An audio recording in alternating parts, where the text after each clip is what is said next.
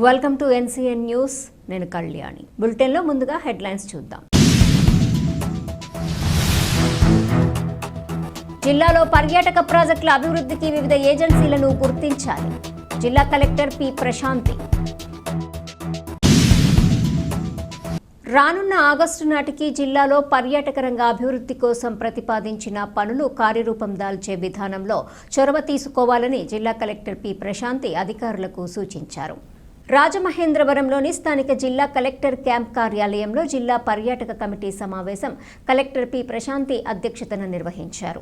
ఈ సందర్భంగా జిల్లా కలెక్టర్ పి ప్రశాంతి మాట్లాడుతూ జిల్లాలో పర్యాటక ప్రాజెక్టుల అభివృద్ధికి వివిధ ఏజెన్సీలను గుర్తించి ప్రత్యేక ప్రతిపాదనలతో చర్యలను చేపట్టాల్సి ఉందన్నారు.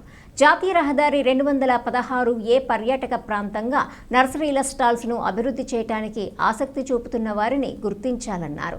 ఈ సమావేశంలో ఇన్ఛార్జ్ జిల్లా ఫారెస్ట్ అధికారి రవీంద్ర దామ, జిల్లా రెవెన్యూ అధికారి టి సీతారామమూర్తి, జిల్లా పర్యటన అధికారి పి వెంకటాచలం, జిల్లా సూక్ష్మ నీటిపారుదల అధికారి ఏ దుర్గేష్, వివిధ ఏజెన్సీల ప్రతినిధులు తదితరులు పాల్గొన్నారు.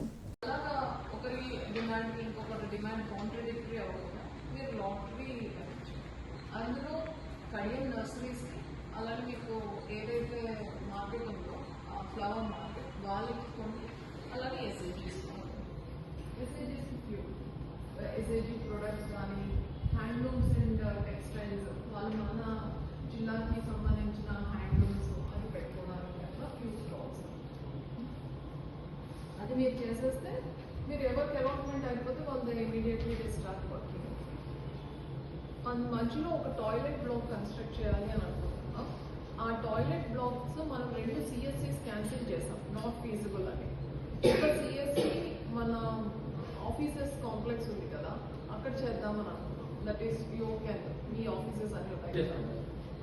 ఇంకొక CSC ఆ స్ట్రిప్ మధ్యలో చేసాం కమ్యూనిటీ.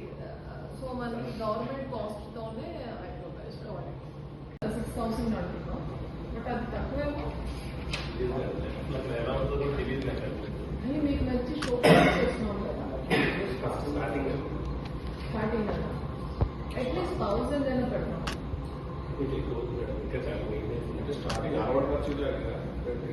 అయితే మన ఫస్ట్ 6 months కోడ్ అయిన వెంటనే మీ ఇంటర్నల్ డిస్కషన్స్ అన్ని మీరు చేసుకొని కోడ్ అయిన వెంటనే వీ కెన్ స్టార్ట్ లాంచ్. ఈ అప్లికేషన్ రిసీవ్ ఏదైతే మనం ఇస్తున్నామో అది మనం 4 days పెట్టాము. వాళ్ళు 1 week అడుగుతారు. 1 week